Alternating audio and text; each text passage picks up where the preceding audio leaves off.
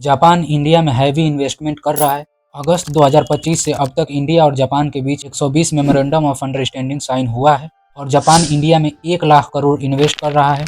आप ये देख सकते हैं, इंडियन मीडिया और वेस्टर्न मीडिया ने इस न्यूज़ को बड़े ही अच्छे ढंग से कवर किया है। ये इन्वेस्टमेंट जापान द्वारा इंडिया के डाइवर्स सेक्टर में किया जा रहा है, जिसमें manufacturing, semiconductor, AI, clean energy and digital infrastructure शामिल हैं। जापान की टोयोटा कंपनी जो कार बनाने के लिए फेमस है, ये महाराष्ट्र में न्यू मैन्युफैक्चरिंग फैसिलिटी स्टेब्लिश कर रही है। इंडिया के दूसरे स्टेट्स में भी जापान इन्वेस्ट कर रहा है, जैसे कि हरियाणा में स्टेब्लिश सुजुकी मैन्युफैक्चरिंग कंपनी को और भी ज़्यादा बढ़ा रहा है और रिसर्च और डेवलपमेंट सेंटर में भी इन्वेस्ट कर रहा है।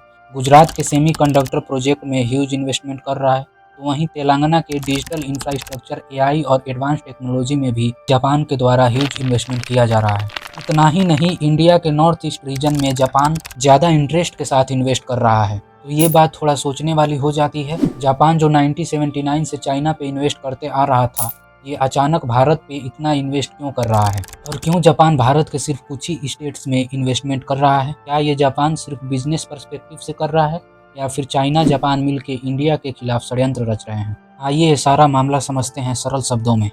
सन 1978 जापान और चाइना के बीच एक ट्रीटी साइन हुई, जिसका नाम था treaty of peace and friendship. और जापान ने इन्वेस्टमेंट इतना ज़्यादा किया कि 2005 तक चाइना जापान का बिगेस्ट ट्रेडिंग पार्टनर बन चुका था। जापान अपनी मैक्सिमम गुड्स चाइना में बेचने लगा। 2025 आते आते जापान की इकोनॉमी पूरी तरह चाइना पे डिपेंडेंट हो गई और ये चीज़ दोनों कंट्री भली भांति समझ रहे थे। इसके बाद चाइना ने अपना असली रंग दिखाना शुरू किया। दोनों देशों के बीच सेंकाकू आइलैंड को लेकर डिस्प्यूट हुए।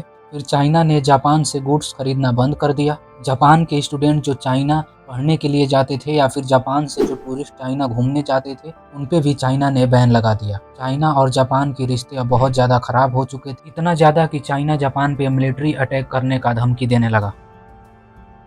तो जापानी कंपनी जो कभी चाइना में इन्वेस्ट करती थी, वो अब बेकार बैठी थी। तो उन्होंने इंडिया में इन्वेस्ट करना शुरू कर दिया और इंडिया में इन्वेस्ट करने पे उन्हें चाइना से ज़्यादा प्रॉफिट दिखाई दिया, क्योंकि इंडिया में cheap labour, young demography, large consumer market easily available है और इसमें जापान का कोई षड्यंत्र नहीं, बल्कि इंडिया के लिए अच्छा ही है। इंडिया में एम्प्लॉयमेंट बढ़ेगा, लोगों को नौकरियां मिलेंगी, बहुत कम प्राइस में क्वालिटी गुड्स मिलेंगे। इस समय जापान की लगभग 1400 कंपनियां भारत में ऑपरेट कर रही हैं। अब इंडिया के पास ये चांस है कि जापान का largest long term strategic partner बने और डिफेंस और टेक्नोलॉजी में ग्रो करे।